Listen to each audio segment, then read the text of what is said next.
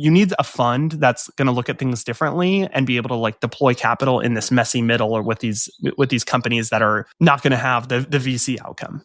One, two, three.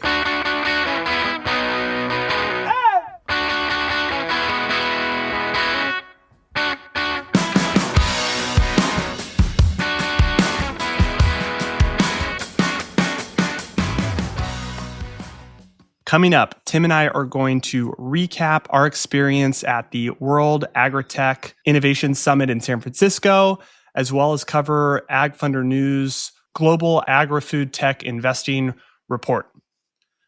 The Modern Acre is presented by Yield Energy. Yield turns irrigation pumps and other on-farm energy assets into virtual power plants. In a time of increasing load growth, Yield helps utilities bring more capacity to the grid and helps growers be more profitable with the equipment and automation they already have. To learn more, check out yieldenergy.com. All right, Ty, we are back. We were at World Agri-Tech last week. I think it was my 4th year in a row attending the event. Was it year 2 or year 3 for you? It's year 3. The first year you went, I just stayed home and watched the panels on the app, which is a great app, by the way. So yeah, the first year I laid low, but this is the 3rd year in a row. Pretty crazy. It feels like we were just there last year.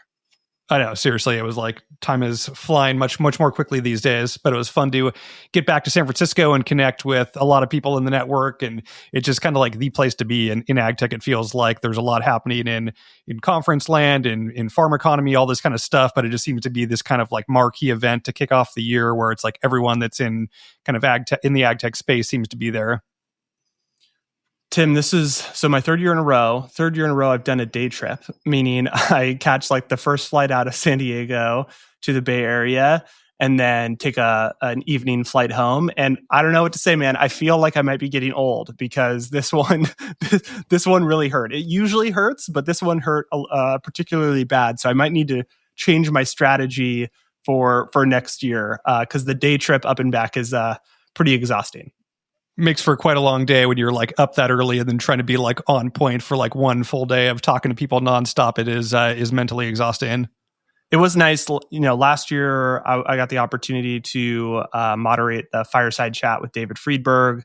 This year I didn't have any, panel duties, which was kind of nice because me and you literally just enjoyed the day. You kind of hit on it. Like this is probably one of the few events where the density of people, of high quality decision making people in AgTech are in the same area. So like literally we didn't have any meetings scheduled strategically, and we just walked a lot with our cold brews, of course, and caught up with people. And it was great to see a ton of friendly faces and just like peel off and have conversations. What's interesting to you? What's working, what's not, who's doing something interesting. And I just think that there's not really another event like that. The big narrative out there right now about World Agri-Tech is attendance is down, which is true, right? It was lighter than usual, what we've seen in the past.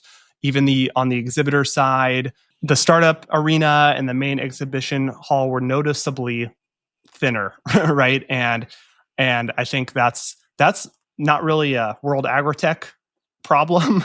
That's just an industry problem right now, right? I think that we are in a complete AgTech reset right now. If anyone is saying otherwise, they don't understand what's going on. Everyone is tightening the hatchet. There's companies that are going away. The companies that are hanging on are tightening the purse strings. They're being more thoughtful and diligent about how they're spending money. And I think that was just a reflection of the times, not of the of the event itself. I think World Agri-Tech continues to put on like a top-notch event in terms of the programming, the app, the level of people that attend is really top-notch. And it was just awesome to connect and hear what people were thinking about and talking about. But there's definitely just this sense of a reset happening, and I feel like, man, the people I'm seeing there are the people that are like pushing through it.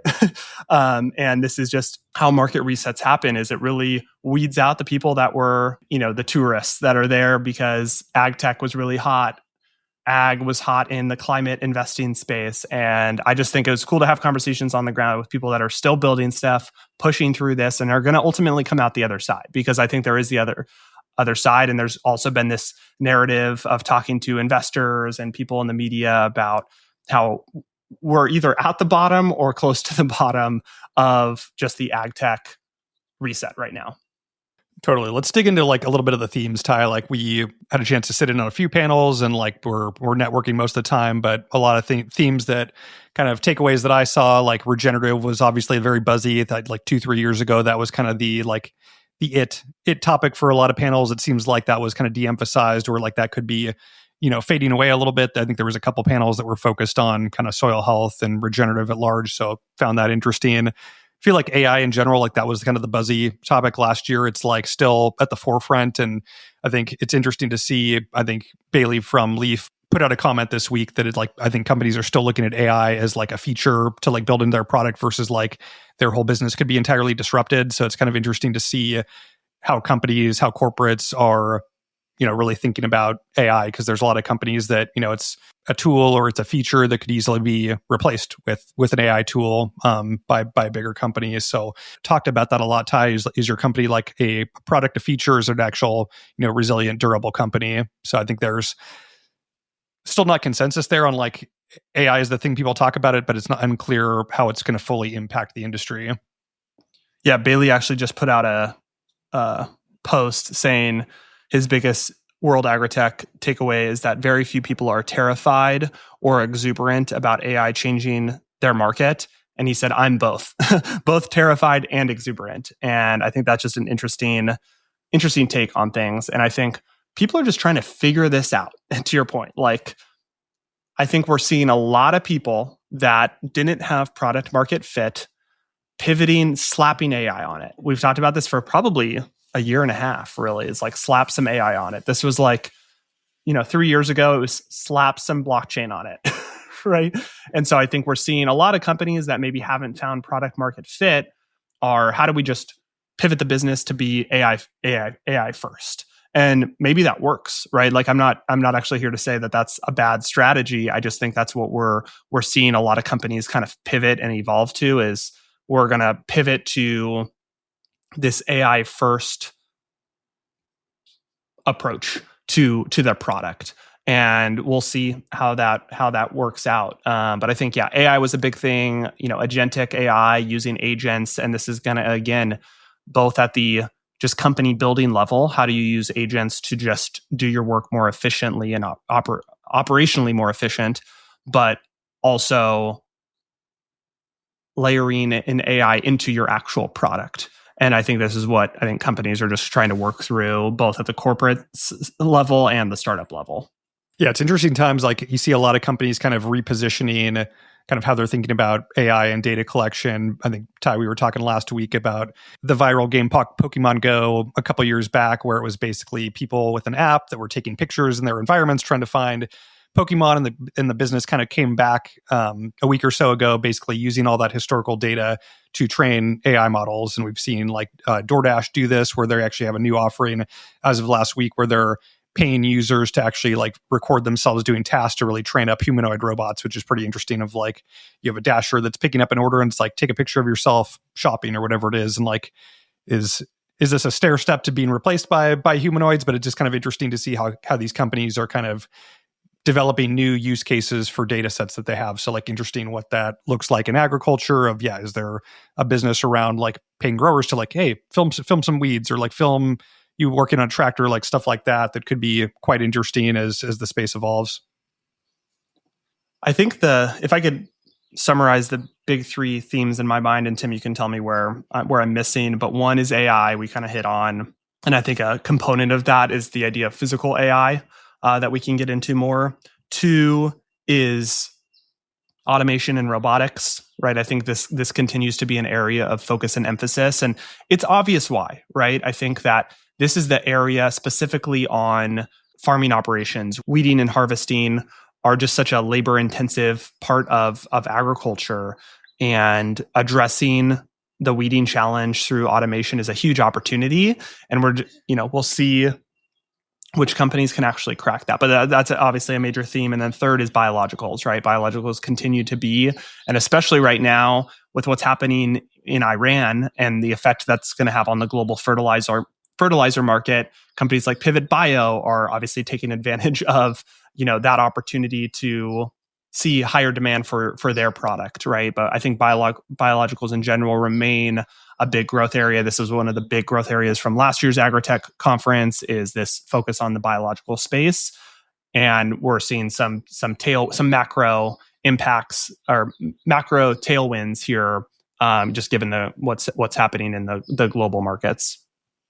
Yeah, those are all really good call outs. I think like one thing that stood out for me as lacking in terms of subject matter and topics was energy. Like you and I obviously spend a lot of time in this space with yield, but like with the rise of AI and electrification, the challenges that we've seen with the rising cost of diesel, with everything going on in the Middle East, like energy is a huge challenge for a lot of growers, whether they're buying diesel or they're on grid trying to power their irrigation systems and their vertical integration. So there wasn't anything really covering that. And like with how interconnected ag is to energy, like I would love to see some more emphasis there in the future.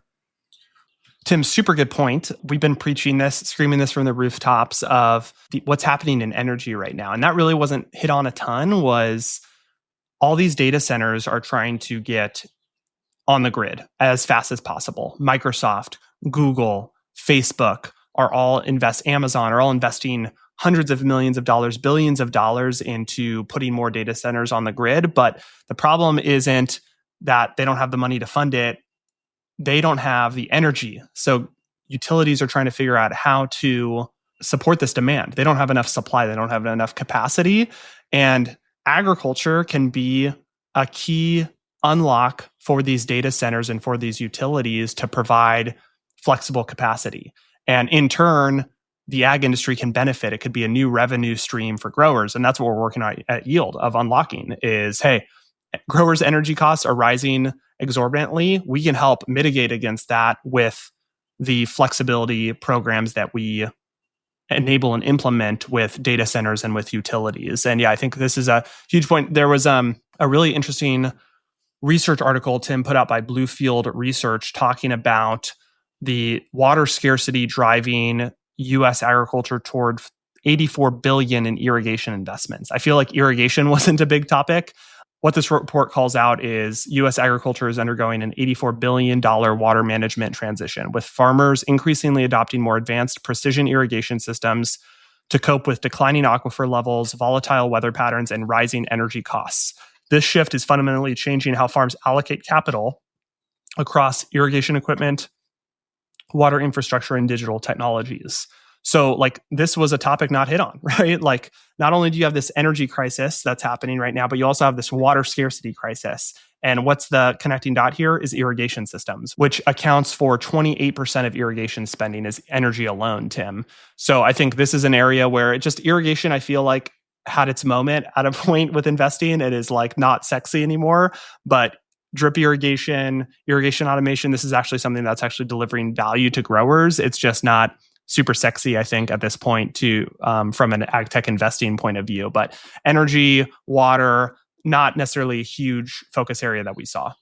One other thing we noticed, Ty, was the rise of kind of add-on events around World Agri-Tech. It feels like it's becoming like a week-long extravaganza, almost like a South by Southwest field where there's, happy hours alongside or special meetups happening. The Reservoir had their groundbreaking for their Salinas farm on Monday ahead of World Agri-Tech. So this is one kind of theme where a lot of people are kind of seeing like, so many people on my network are here. Let's like meet up alongside this event to kind of take advantage of this time and opportunity. And it slots pretty well for like the time that they have Agri-Tech is early March. So it's before kind of the core planting season happens. So it's kind of a good week to make these events happen. I know the AgTech Alchemy crew, they had an event, I believe Monday night that was like hundreds of people there. So like that's quite interesting where I don't really see that at other conferences, Ty. It's usually like go to the conference and that's it. But there's actually kind of like this ecosystem around Agri-Tech. Yeah, they do have a stranglehold on this week, right? They've become the hub, and I think credit to the team because they do just deliver the highest density of people. And there's, I think, a lot of people that just don't attend the event and just kind of sit in the lobby, take meetings, attend some of these like adjacent events. We heard amazing things about the reservoir opening in Salinas, reservoir farms opening in Salinas, and them giving an opportunity for their startup ecosystem to get out in front of all the attendees, farmers, elected officials, just the community in Salinas. So it'll be really cool to see how the reservoir continues to grow and develop. Kind of this unique idea of this accelerator, this on-farm accelerator program, and hopefully delivering value to their portfolio companies and giving them really a insight into the opportunities in ag tech. One thing that I know the reservoir is focused on, and something that is highly interesting, is just this idea of physical AI.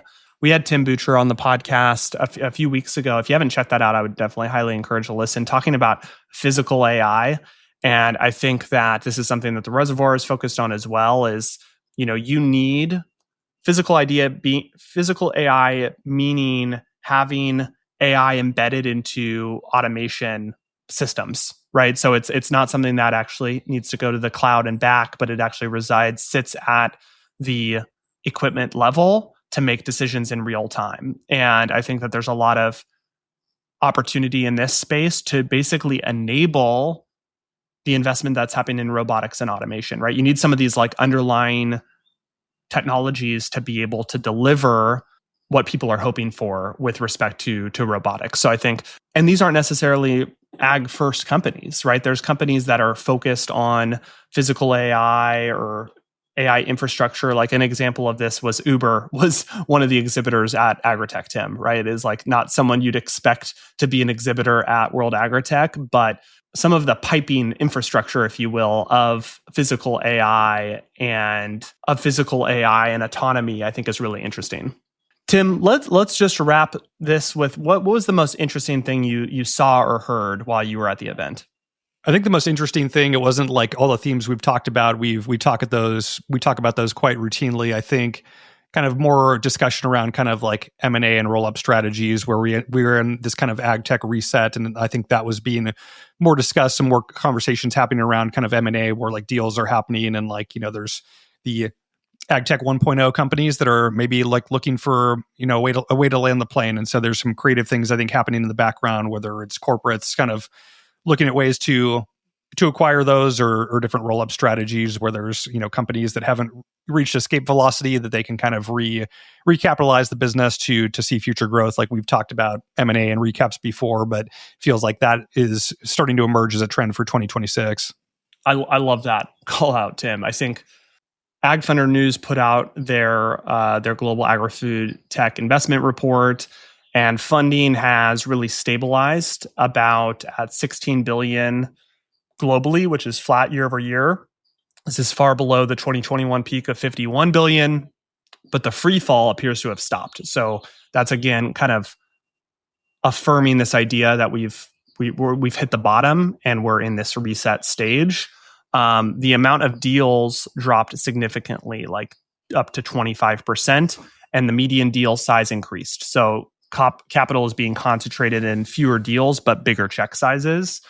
The US still dominates the landscape with about 40 to 50% of the global agri-food tech funding. India surged to number 2 globally, which is really interesting, and that's driven by more food delivery, e-grocery side on the kind of the food tech. The big mega trend that you're hitting on is venture capital is being more disciplined. And now I think we're seeing private equity trying to, circling. And I think they're circling with some of these unique deal structures, like you mentioned, as well as just corporates being much more conservative, right? But I think that this presents an opportunity in the market. What does Warren Buffett say? Be fearful when others are greedy, and be greedy when others are fearful. I think we're seeing this reset happening. Ag tech funds that weren't successful are having a tough time raising their next round. There are funds that are raising. There are companies that are raising capital from these funds, but it's just things are rationalizing, right? But I think that creates an opportunity. I think, Tim, this is something that we talk a lot about, is there's all these opportunities. There's good companies out there, but they're in a stage where they can't just have the exit they were looking for. The venture capitalists are not going to get the outcome they're looking for. There's these zombie companies. We talked with Adam about this recently as well. And I just think there's a big opportunity to like deploy capital at reasonable valuations and have good outcomes if you have the right expectations and timelines. So it's something we haven't seen, Tim, recently, is like a new fund come out. But I think that's like a huge area of opportunity that if I was an investor, I would be definitely looking at, is like, this is the time to launch a new fund, right, in ag, because we're seeing all these die, unable to raise another fund. I think there's a big opportunity here to go capture this reset in the market. This is when you want to be deploying this capital. So that gets me really excited about the opportunity that we're seeing. And private equity is going to be involved. Corporates are going to be involved. You need a fund that's going to look at things differently and be able to like deploy capital in this messy middle, or with these companies that are not going to have the VC outcome.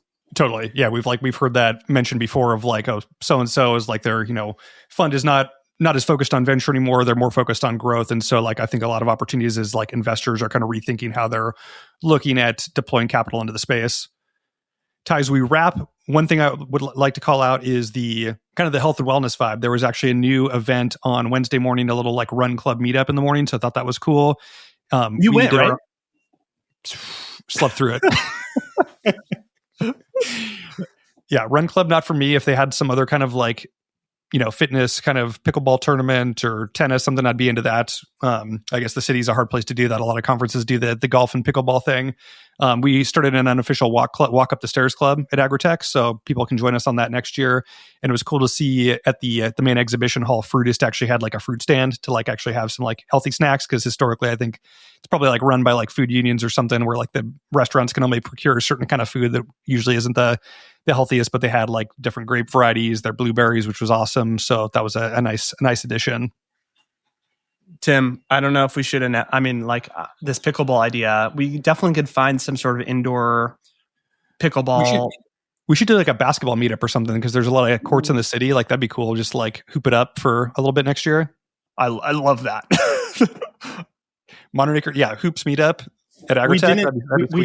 We didn't make the cold brew sponsor happen, but maybe we can make a basketball meetup happen. I love that idea. That's the go next year. All right. If anyone is going to Agri-Tech or thinking about it next year, hit us up. We're waitlist starts now, right? Waitlist starts now. Yeah. Aglist, Modern Acre, Yield Energy Hoops meetup. Hoops. Yes. I love it. All right, guys. Appreciate you listening. We will be back next week with another episode.